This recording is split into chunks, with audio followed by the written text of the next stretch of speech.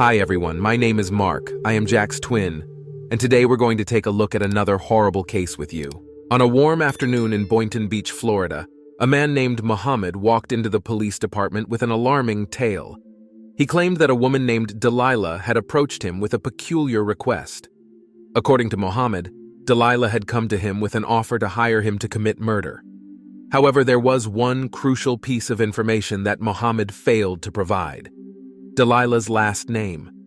Despite the limited details, the Boynton Beach Police Department deemed Mohamed's story credible and initiated an investigation.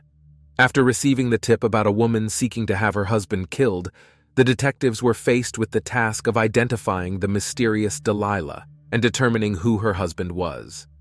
To gather more information, they decided to use their witness, Mohamed, to set up a meeting with this woman. The detectives selected the mobile gas station as a suitable meeting location based on Mohamed's statement that Delilah lived nearby. At the mobile gas station where Mohamed and the woman agreed to meet, detectives set up several vehicles to conduct surveillance on the meeting. Before the woman arrived, the detectives prepared Mohamed on what to say to the woman. They discreetly placed a wire with a recorder on Mohamed, enabling them to overhear his conversation with the woman as it unfolded. As the detectives continued their surveillance of the mobile gas station, their attention was drawn to the interaction between Mohamed and a woman named Delilah. What caught the detectives by surprise was the appearance of the woman, who did not match the typical profile of someone who would want her husband killed. Dressed in a skirt and tank top, she appeared to be quite attractive. The attractive woman entered the car with Mohamed, who said he couldn't believe she was getting him involved in a murder for hire. Mohamed asked if it was worth getting someone killed. Delilah said yes, she couldn't file for divorce. She feared that her husband would come after her if she tried to end their marriage financially. This woman stated that when the murder of her husband took place, she planned to go to another location, such as Boca Raton, to establish an alibi. Mohamed then questioned the woman if anyone would become suspicious of her after her husband's death, to which she replied, "No, no one would point the finger at me." While the detectives listened to Mohamed's conversation with the woman who was looking to have her husband killed, they were shocked by the way this woman was acting. The way she talked so casually about hiring a hitman to murder her husband sent chills down their spines. As the detectives continued to listen to the convo Mohamed was having with this woman, she presented pics of her husband to show Mohamed what the target looked like. The detectives were taken aback by the woman's blatant disregard for the consequences of her actions. Her casual demeanor and tone made it seem as though she was discussing a mere business transaction rather than arranging for someone's death. During the conversation, the woman made a shocking confession to Mohamed. The woman revealed that she intended to provide a down payment for a hitman to murder her husband. This confession was a significant breakthrough for the detective, as it confirmed their involvement in soliciting a murder. However, the detective knew that in order to strengthen their case, they needed to gather more evidence. She proposed to Mohamed that she would take out $1,000 cash and give it to the hitman at a later time.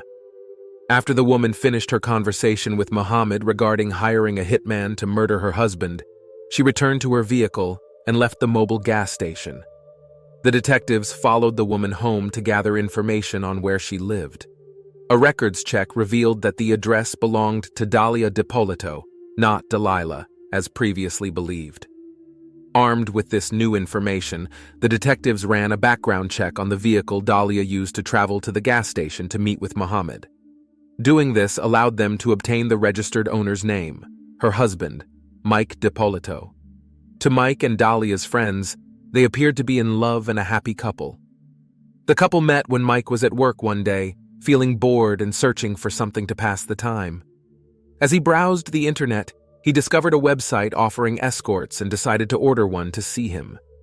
Little did he know that this decision would change his life forever.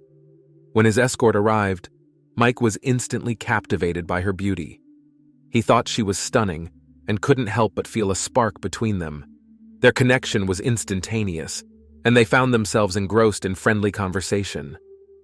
Over the next few days, Mike and Dalia's friendship grew stronger. They saw each other again, this time spending an entire weekend together. The time together was fun, and they quickly realized that there was something more than just friendship between them. From that moment on, Mike and Dalia became a steady couple. Mike and Dalia's relationship took an unexpected turn a few months into dating when they found themselves browsing engagement rings at a local jewelry store. This surprising encounter sparked a conversation about marriage, a topic they had previously discussed. Intrigued by the idea of spending their lives together, Mike decided to purchase a ring for Dalia, symbolizing his commitment to their future. Despite the fact that their relationship was progressing at a fast pace, Mike was deeply happy and in love. Before Mike met Dalia, he had been to prison in 2001 for grand theft, fraud, and false telephone sales. He was sentenced in Broward County, Florida, 2 years after the initial offenses. At the time, Mike was using drugs and needed money, which he later admitted was no excuse for what he did. Mike was sentenced to 2 years in prison on the charges and had 28 years of probation. The court gave him so much probation with the intention of giving him time to pay back the money he owed. However, when he first came home, Mike had no idea how he would repay the loan. Determined to repay his debt, Mike got a job as a cook at a restaurant. He was earning $350 a week, which was certainly not enough to put a dent in the substantial amount he owed. Mike wanted a better financial situation to pay off his debt and secure his release from probation. A friend of Mike's offered him a job in an office just 4 blocks from his house, allowing him to transition from working as a cook to email marketing. As Mike and Dalia started dating, Mike eventually opened up about his probation and informed Dalia of the limitations of his situation. He explained that if he were required to leave the state, he would need to obtain permission. Dalia, who had a strong desire to travel, expressed her desire to explore the world with Mike. Dalia approached Mike with an offer to help him get out from under the burden of his debt. She offered to give him $91,000 if he provided the remainder, which would allow them to clear the debt and embark on the life Dalia longed for, filled with travel. At the time, Dalia was working as a real estate agent and was earning good money. This financial stability allowed Dalia to assist Mike in paying off his debt and clearing his name. Mike contacted his attorney to inquire about how to handle the situation. The attorney advised Mike to gather the required funds, and he would be released from probation. Upon consulting the attorney, Dalia and Mike agreed that placing the money in Dalia's bank account at Bank of America would be the most convenient and safest way. He was excited because he recently got married and was paying off his probation. One day, he received a message from Dalia stating that she had sent money to his attorney from her bank account. Mike followed up with his attorney to ask about the wire transfer status. However, to his disappointment, the attorney informed Mike that he had not yet received the funds from Dalia. Feeling frustrated, Mike decided to wait another day before asking Dalia again about the transfer. However, when he approached her, she insisted she had sent it. Feeling increasingly concerned, Mike decided to reach out to his attorney again. Unfortunately, the attorney reaffirmed that they still had not seen anything. Dalia informed Mike that she had indeed sent the money to his legal counsel, but, unfortunately, she did not understand the reason behind the delay or why the attorney had not yet received the funds. It was 2 days since the transaction was made, and the attorney still had not obtained the money. Mike then informed Dalia that he would appreciate it if she could tell him where she had sent the funds. He explained that he needed the receipt to verify the details of the transaction. However, Dalia had a different theory.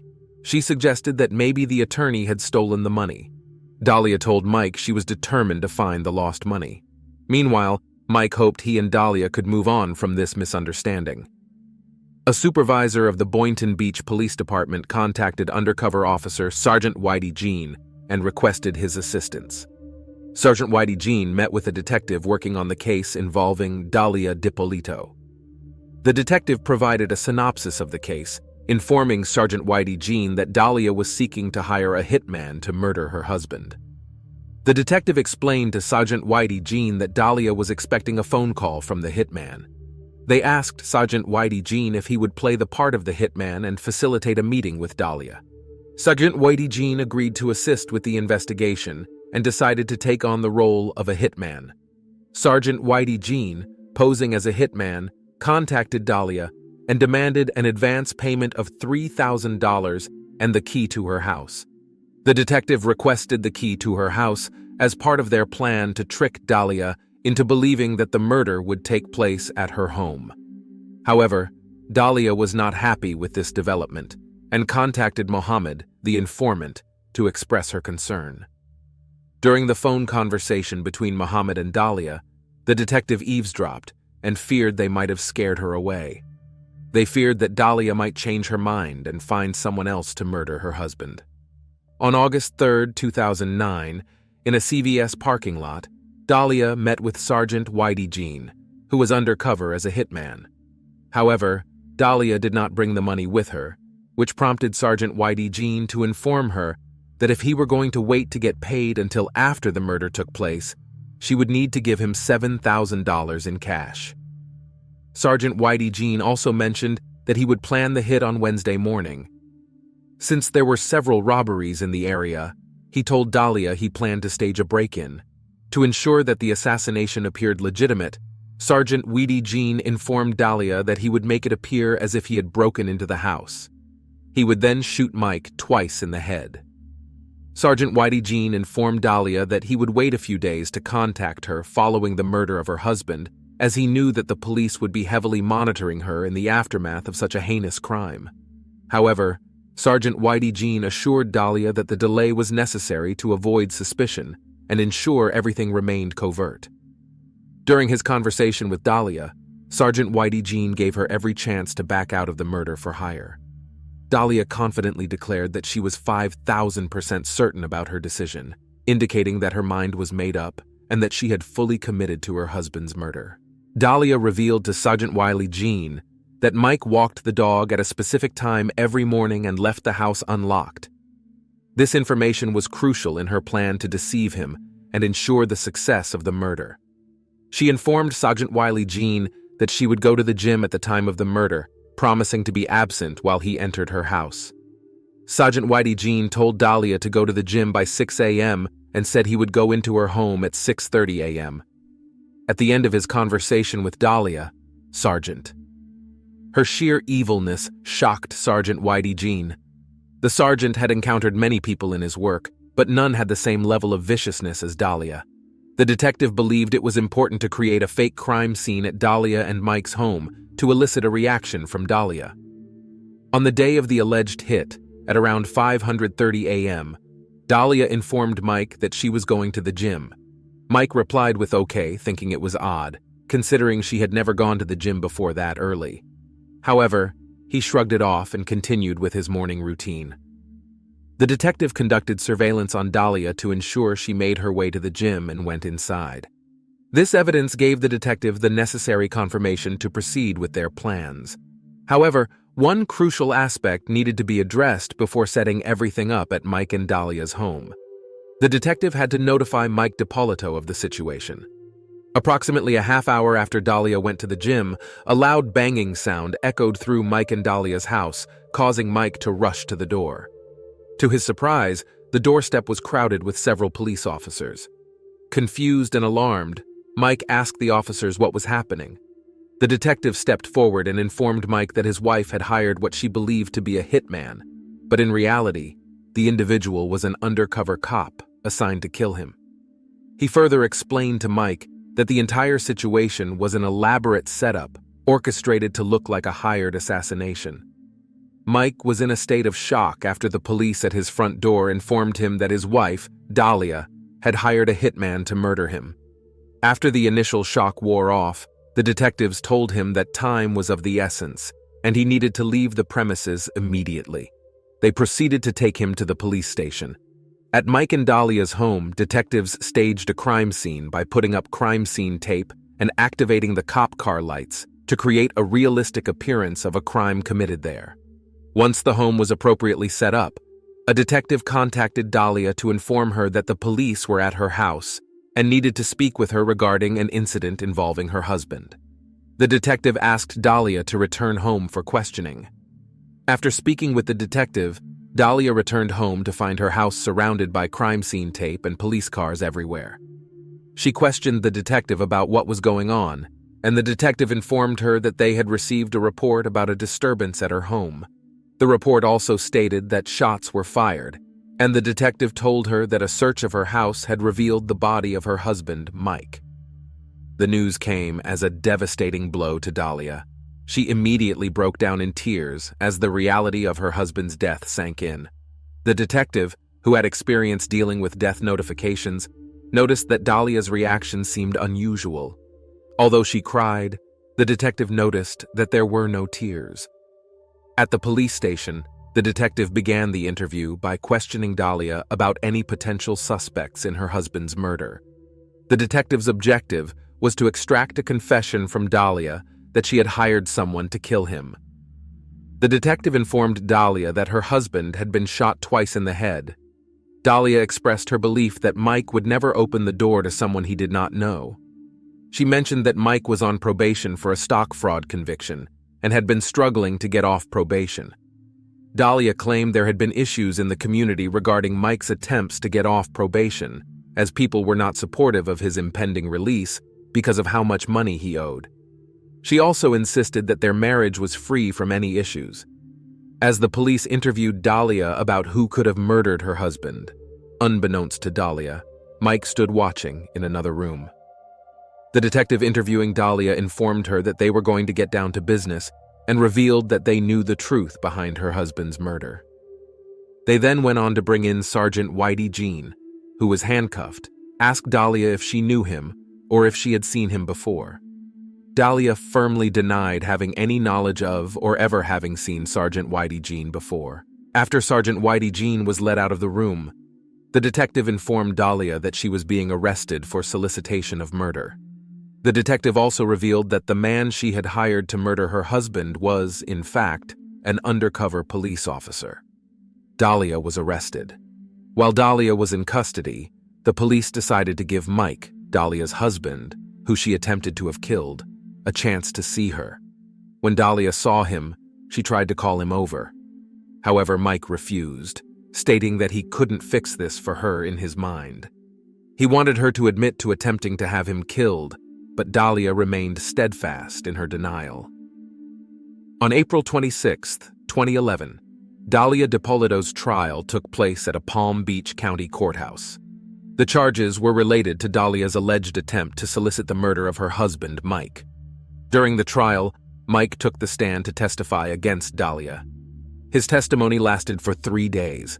Dalia's defense argued that the entire plan to murder Mike was actually a publicity stunt for a reality television show. According to her, Mike had agreed to participate in the television show and had orchestrated the entire plot. However, Mike denied having any knowledge of or involvement in this plan. During his testimony, Mike stated that he had no interest in being on a reality show. He refuted Dalia's claims and emphasized that he would never waste his money or put himself in danger for such a purpose. Mike also said that he had no prior knowledge or involvement in Dalia's alleged plot to have him killed. After the defense and prosecution rested their cases, the jury deliberated. Finally, after several hours of careful consideration, they returned with a guilty verdict for Dalia on charges of solicitation to commit first-degree murder with a firearm. The courtroom erupted with gasps and murmurs as the verdict was read. Mike, who was present throughout the trial, felt a mix of emotions. On one hand, he was relieved to hear that Dalia would serve a 20-year prison sentence for her crimes. It was a just outcome, considering the severity of her actions. However, there was also a sense of closure for Mike. He was finally able to move on with his life, knowing that justice had been served. However, after Dalia was found guilty of solicitation to commit first-degree murder with a firearm, her attorneys appealed, claiming that the jury verdict was tainted by one juror's remark that Dalia tried to poison Mike's drink from Starbucks. However, this remark never came into evidence during the trial, and the jury was only allowed to assess the evidence presented in the courtroom. The appellate court reversed Dalia's conviction, ruling that she was entitled to a new trial. Mike couldn't believe there was going to be a second trial for Dalia after she was convicted for trying to have him killed. As the state went into the second trial in December 2016, they were confident in the facts that proved Dalia solicited her husband's murder. However, Much to the disappointment of the state, the jurors reached a hung jury. The judge then declared a mistrial. Dalia Dippolito faced her third trial in June 2017. After the court proceedings, the jury finally reached a verdict within 90 minutes, finding Dalia guilty and sentencing her to 16 years in prison. In September 2019, the Florida Supreme Court rejected, without comment, a request from Dalia Dippolito for the court to review her 2017 conviction. After her conviction, Dalia's defense team attempted to have their case heard before the U.S. Supreme Court. However, in February 2020, the court declined to hear the case. Dalia Dippolito's attorney expressed to the media that the ongoing legal battle has not diminished their determination to overturn Dalia's conviction. They revealed that they plan to file a motion with a federal judge requesting the review of the third trial for constitutional violations on behalf of Dalia. The attorney said this would be their last chance to secure a new trial for Dalia. Despite serving her sentence, the attorney said that Dalia had become highly respected in jail due to her unwavering faith. They claimed that Dalia leads a Bible study group behind bars, which has garnered her praise from fellow inmates. Before Dalia went to prison, she had a young son who visits her regularly. However, due to the circumstances, her son is currently living with his grandmother until Dalia finishes her sentence. This separation has been very difficult for Dalia, as she deeply misses being with her son, said her attorney. Don't forget to like and subscribe for more true crime content.